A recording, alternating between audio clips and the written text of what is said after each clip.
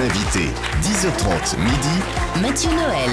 Mathieu, je commence à vous connaître depuis quelques mois et ce matin, vous êtes à la fois ému et intimidé. Je comprends, car depuis l'âge de 12 ans, vous rêviez de rencontrer Bernard Tapie. Vous teniez à le remercier pour tout le bonheur qu'il vous a apporté un certain 26 mai 93. C'était quand l'OM a gagné la Coupe d'Europe. Mathieu Madénian est tombé en syncope ce soir-là. Bon sang Michel, rien qu'à l'évocation de cette date, vous voyez, c'est plus fort que moi. L'émotion me submerge. Oui Bernard, si quand l'émotion me submerge, on fout la BO d'Amélie Poulain. J'avais 12 ans, ce fameux 26 mai 93, quand l'OM a battu Milan en finale de la Ligue des Champions à Munich. Et j'avais beau être suisse, mon cœur était marseillais. J'étais dans le stade ce soir-là, sur les épaules de mon oncle Helmut, qui avait réussi à nous avoir des places au marché noir, car tonton adore le foot.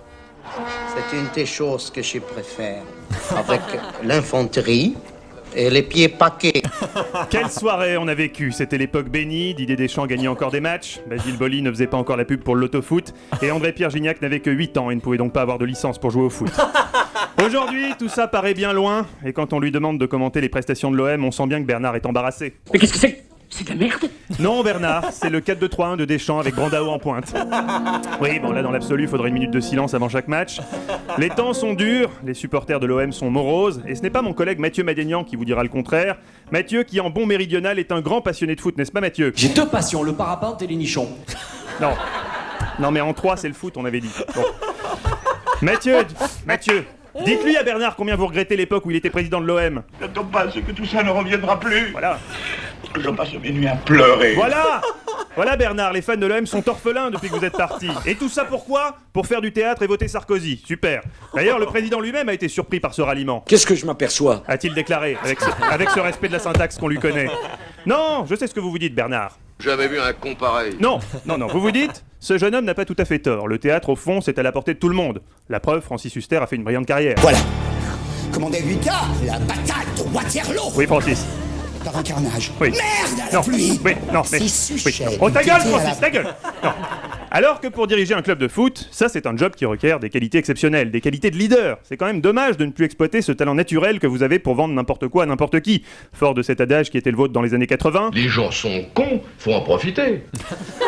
À un point qu'on n'imagine même pas, car il faut rappeler que Bernard a quand même connu ses premiers succès commerciaux en vendant des téléviseurs au porte-à-porte. Pour vous dire à quel point il était doué, en 67, à force de persuasion et d'arguments, au terme de 6 heures de négociation, il a quand même réussi à vendre un téléviseur à Gilbert Montagnier. 40 ans qu'il regarde la mire. Bernard lui avait dit que ça ferait un formidable présentoir pour ses victoires de la musique. Du coup, il avait dû lui faire croire aussi qu'il avait eu des victoires de la musique. Bref, un travail d'orfèvre. Non, Bernard, plus je me repenche sur votre parcours, plus vous m'épatez. On a tendance à l'oublier, mais vous avez été un sacré bon ministre. Personnellement, je trouve qu'il manque aujourd'hui des hommes politiques de votre trempe. Vous ne pensez pas, Michel ? Ah, tout ce qui s'est passé en France. La semaine des 40 heures, les congés payés. Nous aurions bien besoin d'un franco. Oui, merci Michel. Non, bon. Ce qui est sûr, et qu'on ne pourra pas vous enlever, Bernard, c'est que vous êtes un battant. Vous ne lâchez rien. J'en parlais l'autre jour avec mon conseiller clientèle Crédit Lyonnais, Jean-Paul Martichaud, qui me réclamait des agios pour mon découvert. Me disait-il. Et moi, bêtement, je paye. Contrairement à vous, je n'arrive pas à me faire rembourser. Alors évidemment, certains esprits chagrins vous reprochent d'avoir été au cœur de quelques magouilles, de ne pas avoir été toujours tellement honnête. S'il vous plaît, Bernard, dites-le moi dans les yeux ce matin. Vous avez toujours été honnête. J'ai été un honnête homme jusqu'en 94, en gros. 94 ? Ah bah c'est bon, au moins la victoire en Coupe d'Europe était légitime. Non, évidemment, je 93 plaisante. la Coupe d'Europe. Oui, justement, c'est bon, oui, je dis, c'est légitime, c'est bon, je suis soulagé.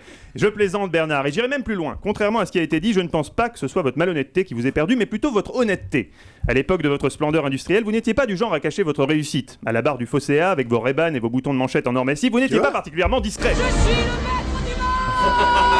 Faut dire ce qui est, Bernard. Non, vous auriez dû prendre exemple sur Michel Drucker, qui depuis 50 ans, sans faire de vagues, amasse tranquillement une fortune qui commence à rendre jaloux le sultan de Man. Car ne vous y trompez pas, Bernard. Comme vous, Michel aime flamber. Seulement, avec son image de pasteur calviniste qui bouffe des carottes cuites à l'eau et se déplace en bicyclette, il a réussi à se rendre insoupçonnable aux yeux du fisc. J'adore les carottes râpées.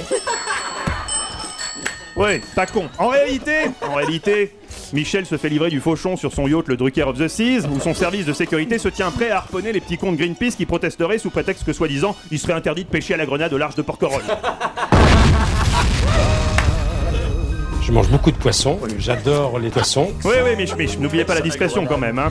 Bref, Bernard, encore bravo pour l'ensemble de votre œuvre et surtout pour la Coupe d'Europe. Je vous laisse, j'ai rendez-vous au LCL. Souhaitez-moi bonne chance, vous voyez ce que je veux dire. Moi, ce que je vois, c'est que dans 2 secondes, je vais te botter le cul.